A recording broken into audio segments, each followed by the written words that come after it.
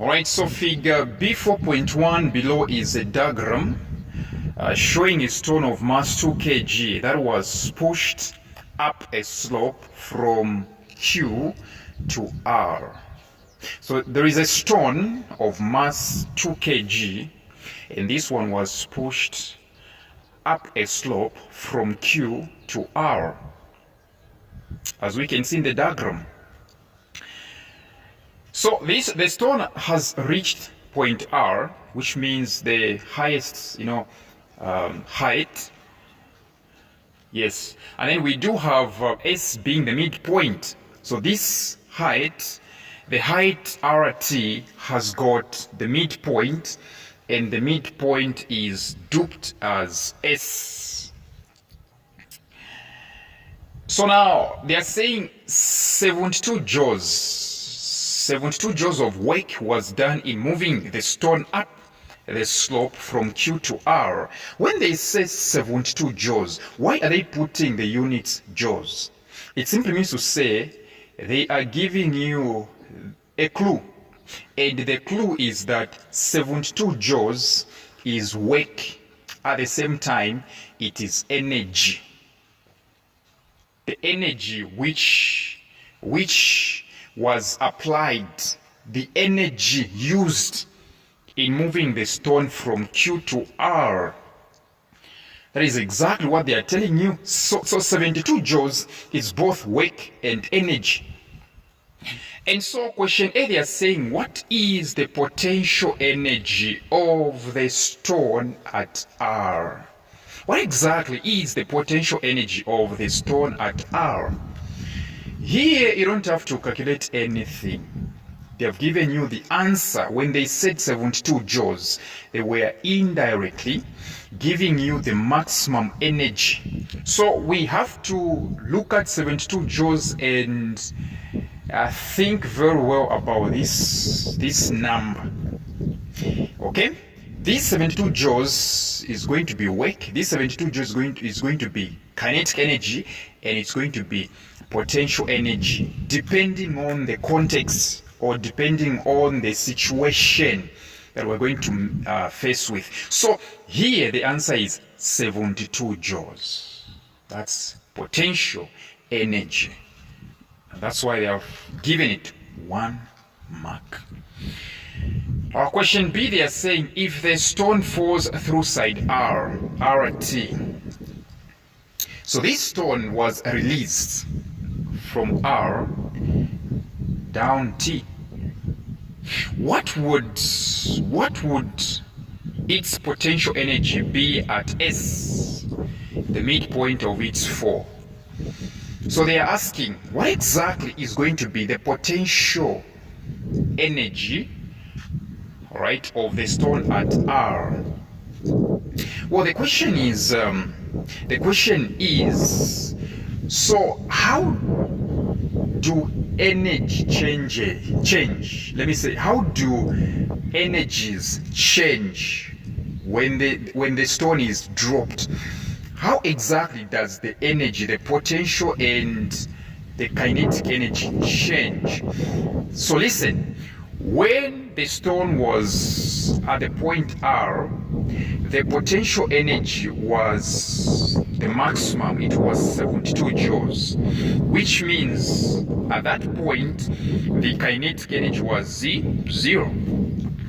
So when the stone was released, the potential energy began to drop from 72 going downwards. The potential energy began to lose, because potential energy is the energy that is possessed by an object which is static, an object that is not moving. So potential energy was 72 above there on top, because it was not moving. But the moment it started moving, potential energy started to lose, kinetic energy started to gain. So the more it fell, the more potential energy lost, the more kinetic energy gained. So now they are specifically asking about the midpoint. What exactly will be the potential energy at the midpoint? And of course the answer is you simply divide. At the midpoint, the potential energy will be equal to kinetic energy. They will share equally. So you divide, you say 72 divided by 2, and what do you get? You get nothing but 36. So 36 joules potential energy, 36 joules kinetic energy. So the answer is 36 joules. Question C, calculate the height TR. Calculate the height TR. They're not saying calculate the height ST. No. They're saying calculate the height TR. Hey, come for more WhatsApp tuitions, and please support the channel. Subscribe to this channel. Yes. Subscribe to this channel, please. So, height, we have to find the formula that is going to help us in finding the height. Yes, we have to do that. We really have to do that. So, looking at the formula of kinetic energy, the formula is kinetic energy is equals to 1 over 2 times mass times velocity squared. So the formula of kinetic energy cannot give us the height, because in the formula of kinetic energy there is no height. And by the way, they are saying the height TR. We just have to look at the letter R. R, when this object, when this stone was at the point R, alright, it was having potential energy being the maximum 72. So we are going to use potential energy formula, which is potential energy is equals to mass times gravity times height. Yes, in the potential energy formula there is height there. So we start replacing where there is potential energy. Where there is PE, you simply put the potential energy that we know, which is no other than 72. Yes. Is equals to what? Mass. Yes, they said mass is 2 kg. So where there is mass, put 2. Yes. Then gravity, we know this is happening on the Earth. So gravity is 10. Gravity is 10. Yes. Now height we do not have. In fact, it's the one that we are looking for. So you do 72 is equals to 2 times 10, which is 20, times height times h, which is 20h. And then you divide both sides by 20 so that you can remain with h as the subject. 20 into 20 you cancel. 20 into 72, and of course the answer is 3.6. So the height is 3.6 meters. Now the last question, they are saying calculate the velocity of the stone just before it strikes the ground. The velocity of the stone, the velocity, ladies and gentlemen, the velocity. So in the potential energy formula there is no velocity there. There is mass, there is gravity, there is height, there is no velocity. So which formula between the two, kinetic or potential, are we going to use?